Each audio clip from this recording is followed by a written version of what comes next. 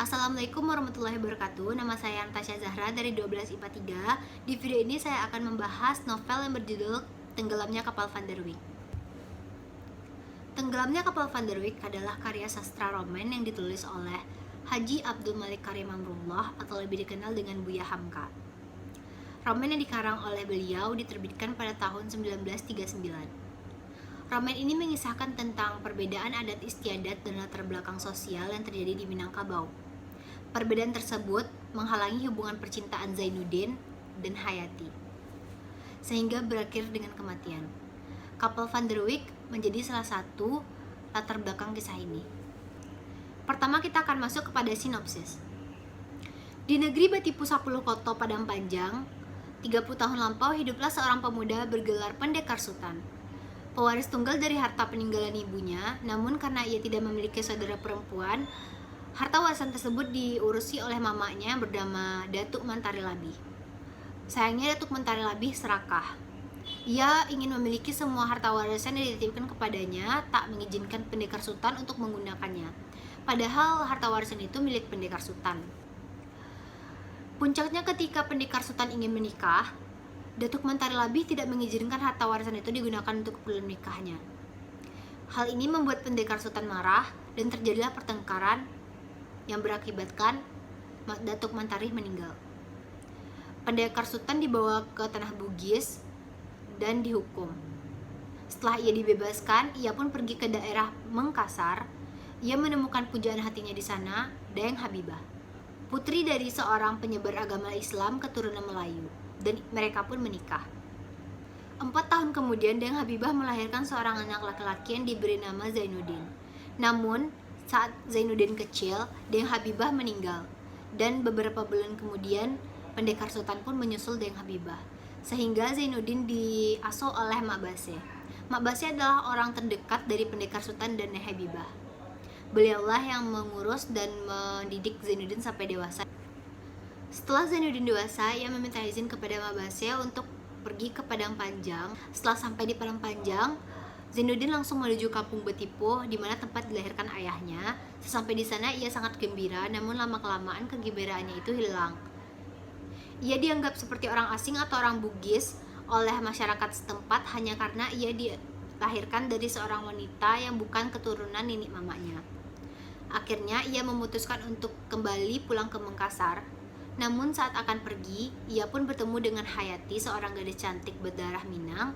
Pertemuan dengan Hayati membuat hatinya gelisah dan sebagai alasan untuk tetap tinggal di sana. Berawal dari pertemuan yang tidak disengaja, berlanjut dengan surat menyurat, maka penderitaan sepasang kekasih ini dimulai. Dalam surat Zainuddin menuliskan, "Sebagai kukatakan dahulu, lebih bebas saya menulis surat daripada berkata-kata dengan engkau. Saya lebih pandai beratap, menyesal, dan mengumpat dalam surat. Karena bila mana saya bertemu dengan engkau, maka matamu yang sebagai bintang timur itu senantiasa menghilangkan susunan kataku." Namun apa daya, hubungan ini tidak disetujui oleh nenek mamanya Hayati. Dikarenakan Zainuddin berasal dari suku yang berbeda, asal-usul sebagai orang buangan di Mengkasar dan tidak memiliki harta. Sedangkan Hayati terlahir dari keluarga terpandang. Untuk menghindari pergunjingan tentang hubungan mereka, maka Mama Hayati menyuruh Zainuddin pergi meninggalkan Betipu. Beberapa saat kemudian, Hayati dipaksa untuk menikah dengan Aziz, kakak dari sahabatnya yaitu Khadijah. Luluh letaklah hati si yatim piatu yang terbuang itu. Terlebih lagi di saat yang sama, Zainuddin mendapat kabar kalau Mabase meninggal. Mabase meninggalkan banyak warisan kepada Zainuddin, dan Zainuddin memberanikan diri mengirim surat lamaran kepada Hayati. Tetapi sayangnya, bersamaan dengan datangnya rombongan dari pihak Aziz yang hendak melamar Hayati, Zainuddin tanpa menyebut harta kekayaan yang kini ia miliki, sehingga ia ditolak oleh nenek mama Hayati.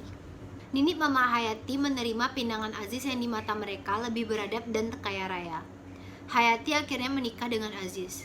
Aziz adalah anak orang yang terpandang, satu suku dan terikat kerabat dengan mama Hayati. Awal pernikahan Hayati dan Aziz sangat bahagia, karena Aziz pandai mengambil dan menyenangi hati Hayati. Namun tanpa sepengetahuan Hayati, Aziz adalah tipe pemuda yang suka menghamburkan uang, berjudi, mabuk-mabukan, dan main perempuan. Zainuddin ditemani sahabatnya Muluk untuk pergi ke Pulau Jawa. Di Pulau Jawa, ia menjadi penulis terkenal. Ia menggunakan nama samarannya Z di setiap karyanya. Muluklah yang menyemangati Zainuddin sampai ia bisa mencapai titik tersebut, sukses dan melupakan Hayati. Hayati dan Aziz hijrah ke Surabaya. Perekonomian mereka makin memperhatikan dan terlilit banyak utang akibat ulah Aziz. Mereka diusir dari kontrakan dan secara kebetulan mereka bertemu dengan Zainuddin. Mereka singgah di rumah Zainuddin. Karena tak kuasa menanggung malu atas kebaikan Zainuddin, Aziz meninggalkan istrinya untuk mencari pekerjaan ke Banyuwangi. Beberapa hari kemudian, datang 2 surat dari Aziz. Yang pertama berisi surat perceraian untuk Hayati, sedangkan yang kedua berisi surat permintaan maaf dan permintaan agar Zainuddin mau menerima Hayati kembali. Setelah itu datang berita bahwa Aziz ditemukan bunuh diri di kamarnya. Hayati juga meminta maaf kepada Zainuddin. Ia berharap bisa kembali bersama Zainuddin. Namun masih terasa sakit di hati Zainuddin, sehingga ia menyuruh Hayati pulang ke kampung halamannya, Betipuh. Esok harinya Hayati pulang ke Betipuh menumpang kapal Van der Weyck, meskipun dengan terpaksa dan kesedihan yang mendalam. Setelah Hayati pergi, barulah Zainuddin sadar bahwa ia tidak bisa hidup tanpa Hayati. Apalagi setelah membaca surat Hayati yang bertulis, "Aku cinta engkau, dan kalau ku mati, kematianku dalam mengenang engkau." Maka segeralah ia menyusul Hayati ke Jakarta. Saat Zainuddin sedang bersiap-siap, tersiar kabar bahwa kapal Van der Weyck yang ditumpangi Hayati tenggelam. Zainuddin langsung shock dan langsung pergi bersama Muluk untuk mencari Hayati. Hayati mengembuskan nafas terakhir setelah Zainuddin membimbing mengucapkan kalimat syahadat. Tak lama setelah Hayati meninggal, Zainuddin pun menyusulnya. Adapun nilai-nilai yang terkandung dalam cerita ini. Pertama, nilai budaya, yaitu budaya adat yang mengharuskan kejelasan nasab seseorang yang meminangnya. Nilai moral, yaitu seseorang yang melanggar janjinya dan mendapat karma. Nilai agama, yaitu sebuah sumpah yang dilantunkan menurut kepercayaannya. Nilai estetis, yaitu gambaran dan keistimewaan atau keindahan seseorang. Nilai sosial, yaitu nampak perkawinan yang menimbulkan patah hati. Amanat yang dapat kita ambil dari cerita ini, jangan mudah terputus asa jika mengalami keterpurukan dalam hidup. Tokoh Zainuddin yang awalnya hampir gila karena ditinggal Hayati, akhirnya menjadi seorang penulis yang sukses karena mampu bangkit dari keterpurukannya.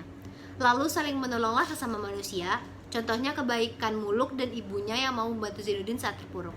Interpretasi yang dapat kita simpulkan dari cerita ini, pertama, pada masa sekarang, kebanyakan orang melihat sebelah mata dalam berbagai aspek, misal pernikahan. Baik dari pihak anak maupun orang tua hanya memikirkan harta pasangan anaknya tanpa melihat bagaimana ke depannya. Oleh karena itu, saat ini banyak umur pernikahan yang menjadi singkat. Yang kedua, kasus kriminal yang banyak terjadi pada saat ini dalam keluarga besar yang umumnya disebabkan oleh masalah harta. Contoh tindakannya pembunuhan. Sekian penjabaran saya tentang novel yang berjudul Tenggelamnya Kapal Van der Weyck. Semoga apa yang saya sampaikan menjadi inspirasi dan bermanfaat bagi teman-teman semua. Maaf jika ada kesalahan dan kekurangan materi yang saya sampaikan. Wabillahi taufiq wal hidayah. Wassalamualaikum warahmatullahi wabarakatuh.